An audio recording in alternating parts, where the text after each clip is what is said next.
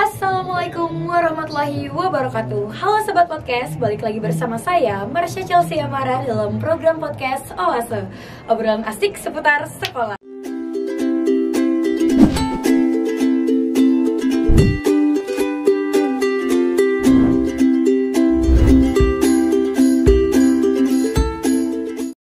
Tim. Cakep. Halo Bapak, apa kabar? Sehat, baik. Alhamdulillah, semoga sehat selalu ya Bapak. Oke, sebelum kita memulai obrolan kita, saya akan membacakan dulu nih biodata Bapaknya. Bapak Suharno SPD MSI, Kepala Cabang Dinas Pendidikan Wilayah 3 Provinsi Kalimantan Timur. Sebelum ngobrol lebih lanjut, Bapak Suharno baru saja terpilih sebagai Kepala Cabang Dinas Pendidikan Wilayah 3 Provinsi Kalimantan Timur. Selamat ya Pak atas amanah yang telah diberikan kepada Bapak ini. Oke, kita langsung tanya-tanya aja nih ya ke Bapak. Bagaimana perasaannya atas amanah yang diberikan kepada Bapak sebagai Kepala Cabang nih Pak? Ngeri-ngeri sedap. Wah, ngeri-ngeri sedap nih. Apa tuh Pak yang dirasain tuh? Bahagia tetapi beban. Bahagia tetapi beban ya Pak. Karena harus apa ya, memberikan kenyamanan dan ketentraman, kebahagiaan kepada Bapak Ibu guru, Bapak Kepala Sekolah, Ibu Kepala Sekolah, para siswa. Buat saya ini adalah beban berat yang harus saya pikul dan saya yakin bisa. Wah, tapi Bapak tetap optimis ya, walaupun Bapak merasa itu beban yang berat nih Bapak. Tapi dengan Bapak nih ya mendatangi sekolah kami dan melihat langsung gitu kondisi sekolah kami sudah merasa senang dan sangat dihargai loh Pak atas kerjanya Bapak ini. Wah, oke. Sebelumnya nih Pak, Bapak bekerja di instansi mana ya Pak? Dan sudah berapa lama? Ini ceritanya dari hulu sampai hilir atau dipotong tengah? Ya. Ini kalau saya ceritakan mungkin panjang banget ya Pak? 2 hari 2 malam udah selesai. Oke. Sesingkat-singkatnya saja Pak, yang bisa para penonton tahu gitu, nah asal usul Bapak ini dari mana gitu. Tapi nggak seru sebenarnya. Oh, nggak seru ya Pak. Jadi ini harus banget nih Pak dari awal. Nanti nggak cukup waktunya. Oke. Bisa lah saya persingkat. Oke, persingkat Jadi, saja Pak. Saya selama ini sudah 13 sekolah yang pernah saya lalui. Jadi pengalaman saya dari daerah pedalaman, habis itu turun ke agak-agak kota, habis itu kembali ke pedalaman, kembali ke kota, ke pinggiran lagi, ke kota lagi. Terakhir kemarin saya dari kepala sekolah SMA 10 dikasihkan amanah menjadi guru kimia di SMA 13 itu. Dan kemarin hari Rabu tanggal 21 2023 saya dikasih amanah sebagai kepala cabang dinas wilayah 3 yang diamanai oleh gubernur. Dan ini adalah tanggung jawab besar. Singkatnya begitu. Wah, seperti itu ya perjalanan Bapak sampai akhirnya menjadi kepala cabang ya. Oke. Apakah ada perbedaannya yang dulunya guru sekarang menjadi pimpinan guru-guru di Kutai Kartanegara, Pak? Sebenarnya sih apa ya? Yang membedakan adalah tanggung jawab. Tanggung jawab antara kita sebagai guru dan tanggung jawab sebagai dikasih amanah sebagai kepala sekolah. Yang membedakan hanya tanggung jawab saja. Ketika kita jadi guru, kita bertanggung jawab penuh terhadap anak didik kita ya. Dan kita harus ngajar ikhlas, harus ngajar yang mengasihkan, yang anak-anak itu tidak membosankan. Apalagi anak-anak sekarang ini, siswa-siswa sekarang ini kan generasi Z ya. Iya, generasi Z. Harus kita bikin asik. Nah, kalau kita tidak bikin asik, maka anak-anak ini gampang sekali bosan. Karena hari-hari selalu pegang di chat, HP. Itu selalu. Dan itu kadang kalau tidak dibatasi ya tahu sendiri. Nah, kalau sebagai kepala sekolah itu adalah tanggung jawab penuh terhadap bapak ibu guru, ditambah dengan para siswa. Bagaimana pembelajaran itu bisa berlanjut, bisa berjalan dengan baik, bisa berjalan dengan tertib, dengan nyaman. Menciptakan suasana nyaman itu tidak mudah. Nah, sebenarnya yang seperti memberikan kenyamanan itu sebenarnya tidak terlalu sulit sebenarnya kalau ingin kita lakukan. Simple, sederhana. Ketika kita anak-anak itu, saya sebagai kepala sekolah, saya ajak bicara, saya ajak ngobrol, itu senang dia. Tidak harus dikasih sesuatu apa, tidak. Mereka diajak ngobrol, diajak diskusi, asik, senang sekali. Jadi itu merupakan salah satu cara Bapak ya untuk melakukan pendekatan diri kepada siswa. Yes, itu. Jadi dengan bahasa-bahasa, pagi-pagi saya salami, siapa namanya tadi? Chelsea ya. Yeah. Chelsea saya sambut di pintu gerbang, saya salami. Gimana Chelsea hari ini? Yeah. Kok hari ini kok cerah banget? Aduh, kok cantik banget hari ini? Banget ya Pak siswa-siswanya. Jadi, aduh, memang kalau Gen Z itu butuh Pak yang kayak gitu Pak, gombalan-gombalan gitu. Jadi itulah sangat sederhana sebenarnya. Tidak harus Chelsea ini saya kasih uang. Iya, Bapak ada ke 100. Kalau ada nggak apa-apa kan. Wah, oke.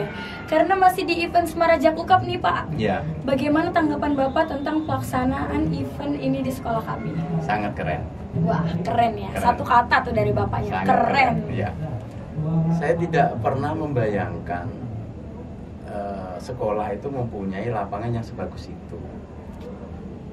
Iya, jadi di sekelas di SMA 10 Samarinda memang ya beda ya, karena kondisi dan geografis yang berbeda. Tetapi di wilayah yang mempunyai lapangan yang keren banget itu dan bisa mengadakan turnamen yang skalanya Kaltim, itu kan keren banget itu. Tidak semua sekolah bisa melakukan dan melaksanakan turnamen bola voli se-Kaltim.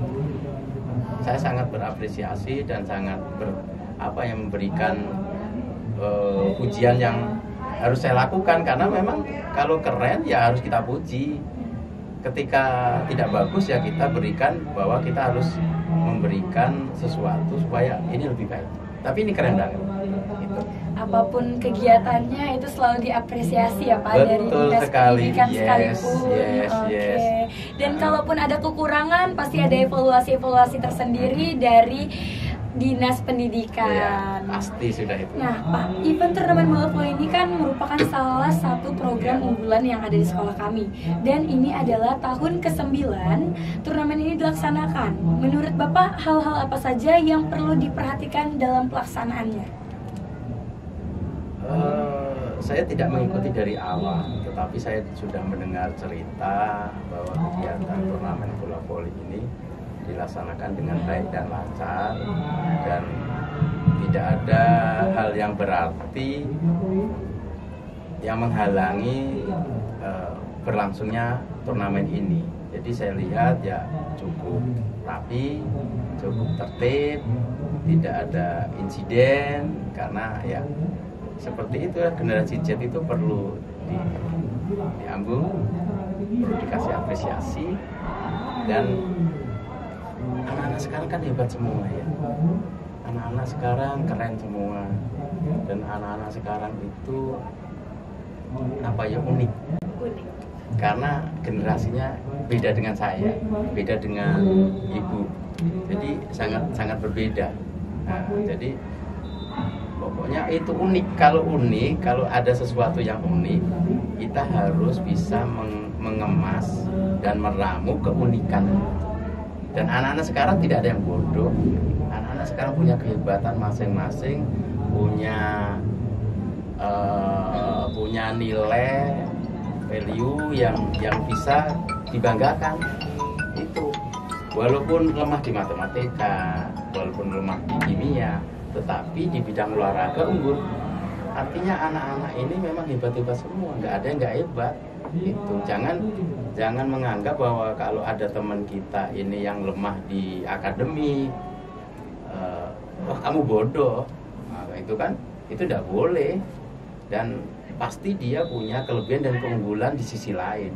Nah, seperti bola voli ini, saya yakin dari teman-teman kita ini, bahkan SMA 1 Muara Jawa ini, dan punya keunggulan dan keunikan masing-masing itu. Dan tidak boleh kita kok di sekolah sana kok seperti ini ya, sekolah sini kok seperti ini. Enggak. Kalau kita dibandingkan, itu kadang kan apa ya? Kadang kita sering baper ya. Nah, tetapi saya berpesan ketika dibanding-bandingkan itu agar kita itu sebagai cambuk untuk motivasi kita lebih baik daripada itu. Pengalaman saya membuktikan ketika kita direndahkan orang, ketika kita dijatuhkan orang, tidak usah dibalas, biarkan saja, dan Allah tidak pernah tidur. Itu saya pengalaman ini luar biasa yang saya naik turun situasi dan keadaan yang luar biasa, tetapi kita punya agama yang baik, punya pola pikir yang baik. Oleh sebab itu ketika kita dibanding-bandingkan, kita direndahkan, biarkan saja, tidak perlu dibalas. Itu pesan saya. Dan insya Allah apa yang kita nikmati ke depan memang tidak instan ya, bim salah bim barakadabra, jadilah saya sesuatu yang bermakna untuk diri saya sendiri, untuk orang lain, bahkan untuk negara kan. Nah, itu tidak semudah itu. Oleh sebab itu ya, saya berpesan ke kalian semuanya, ke para siswa, agar kita ketika kita direndahkan orang, dibully orang, biarkan saja, waktu yang akan menjawab itu semua. Yes. Karena nggak ada perjuangan yang sia-sia kan, betul, Pak. Oke. Iya. Sejauh ini ya Pak, untuk peserta dari daerah Kutai Kartanegara ini masih belum maksimal dalam keikutsertaan di turnamen ini Pak. Hanya didominasi wilayah pesisir, Tenggarong, dan daerah hulu. Adakah saran dari Bapak agar peserta tahun depan bisa lebih maksimal, terutama di wilayah Kukar ini sendiri Pak? Ya, ini soal motivasi ya, soal motivasi ke bapak ibu guru kepala sekolah dan SDM yang ada di sekolah. Jadi nanti saya sebagai kepala cabang wilayah 3 akan membantu, mendorong dan menyukseskan agar tahun depan insya Allah kan dilaksanakan lagi. Insya Allah lebih meriah lagi, pesertanya semakin bertambah banyak, dan terutama ya kita di wilayah Kukar ini kan harusnya di tuan rumah harusnya lebih bersemangat untuk mengikuti turnamen ini. Nanti saya bantu, nanti saya komunikasikan dengan Bapak Ibu kepala sekolah, agar insya Allah kalau ketika kita informasikan lebih awal nanti, agar sekolah-sekolah menyiapkan atletnya gitu. Karena SMA 5 ini kan di kota, habis itu SDM-nya banyak, jadi sehingga pilihannya juga banyak itu. Nah, itu yang mudah-mudahan nanti kedepannya akan saya bantu untuk mensosialisasikan juga. Terima kasih banyak ya Pak. Yang penting itu kata kuncinya komunikasi. Iya, komunikasi itu penting ya Pak, di atas segala pemahaman kita. Betul. Nah, karena dari kami sendiri pun udah berusaha mensosialisasikan, entah itu dalam bentuk kita yang mendatangi sekolah itu langsung, bahkan juga di sosial media kita sudah selalu sebarkan, dan akan lebih terbantunya lagi kita apabila Bapak dapat mensosialisasikannya dengan guru-guru atau kepala sekolah yang ada di Kutai Kartanegara ini. Oke. Di luar konteks Marajaku Cup nih Pak, tepatnya pada tanggal 9 September lalu, itu kan diperingati Hari Olahraga Nasional. Melihat momen tersebut, menurut Bapak bagaimana seharusnya sekolah maupun para pelajar memaknai momen tersebut? Kalau saya melihat ini momen sebenarnya kan apa ya, saya sendiri untuk hari olahraga ya, saya juga kurang ini sebenarnya kurang apa ya, kok saya tidak tahu kalau bahwa tanggal 9 September itu hari olahraga ya. Saya tidak tahu apakah literasi saya ini sangat kurang. Memang saya medsos agak sedikit ini ya, nggak terlalu terjun ke dalam ini ya. Ya nanti saya ingin dengan makna olahraga ya, kita mengolah-ragakan para siswa dan memasarkan olahraga agar kalau jiwa ini sehat otomatis juga akan membawa kebugaran badan ini juga sehat kan. Kalau di sekolah ini kan sebenarnya apa ya, kalau badan sehat otomatis jiwa juga ikut sehat. Ya, karena kan kegiatan olahraga kan bersifat universal ya Pak, dimana semua kalangan tidak melihat latar belakangnya melakukan aktivitas olahraga ataupun menyaksikan suatu pertandingan. Bagaimana pendapat Bapak dengan kalimat olahraga alat pemersatu bangsa Pak? Ya, saya sangat setuju bahwa olahraga ini bisa mempersatukan. Sebentar ya Pak, cut dulu ada Pak. Oke, kita lanjut ke pertanyaan yang selanjutnya. Bentar. Apa tadi ya? Kita ulang aja kali ya pertanyaan yang tadi. Oke, kenapa sudah siap? Oke, karena kegiatan olahraga bersifat universal, di mana semua kalangan tidak melihat latar belakangnya melakukan aktivitas olahraga ataupun menyaksikan suatu pertandingan. Bagaimana pendapat Bapak tentang kalimat olahraga alat pemersatu bangsa? Saya sangat sepakat kalimat yang bahwa olahraga ini bisa mempersatukan dari bangsa ini, bahkan bukan bangsa Indonesia sendiri, bahkan di dunia internasional itu. Dengan olahraga kita saling kenal, kita saling tahu, kita saling percaya, apalagi untuk sekup-sekup yang lokal seperti ini, yang regional ini gitu. Jadi ya harapan semua orang, bahkan harapan saya juga, bahwa dengan berolahraga kita semakin banyak teman, semakin bisa mempererat, bahkan bisa dapat pacar, dapat jodoh di situ kan? Benar. Jadi tidak repot-repot mencari, gitu. Ternyata jodoh datang sendiri, gitu. Dan kan? itu jadi sehat bersama gitu kan Pak? Karena kan ketemunya juga karena melakukan kesehatan, kebugaran jasmani. Yang terutama adalah junjung sportivitas, itu yang penting. Oke, menjadi olahragawan atau seorang atlet merupakan karir yang menjanjikan. Bahkan reward dan bonus yang didapatkan dari memenangi suatu pertandingan dapat mengalahkan penghasilan profesi lainnya. Pergeseran makna dan perilaku masyarakat melihat karir olahragawan saat ini semakin meluas. Bahkan ada pula sekolah-sekolah yang didirikan khusus membina para pelajar yang memiliki potensi dan bakat-bakat menjadi olahragawan profesional. Bagaimana pendapat Bapak mengenai sekolah yang dibangun khusus untuk membangun potensi para olahragawan tersebut?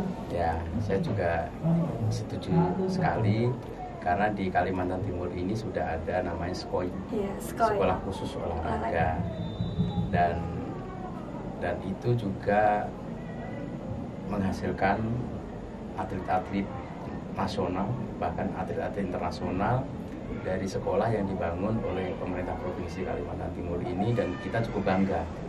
Tetapi saya juga ikut senang anak-anak yang di luar sekolah khusus ternyata juga banyak prestasi. Bahkan kalau kita lihat sekarang ini olahraga ini sebagai profesi ya. Kalau dulu dilihat sebelah mata saja, bahwa kalau kita tekuni olahraga, salah satu olahraga, dianggap kita akan menciptakan pengangguran yang lebih banyak.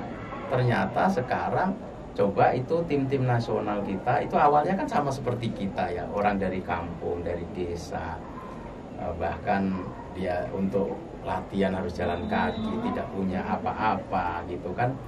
Banyak contoh sekali yang untuk kita semua, dan kita menyadari itu semua.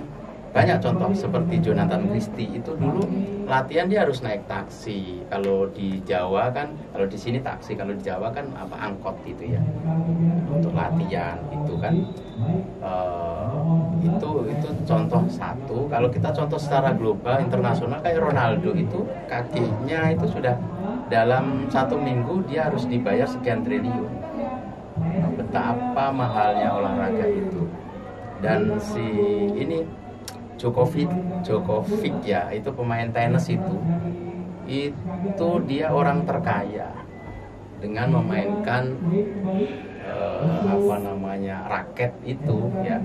Jadi artinya kayak Yayu Basuki dulu, kalau orang Indonesia yang pemain tenis lapangan juga, itu juga menghasilkan yang luar biasa. Alex Pikal yang dulu petinju itu juga itu luar biasa. Oke. Untuk yang terakhir nih Pak, pesan dan kesan Bapak untuk turnamen yang diadakan di sekolah kami nih Pak.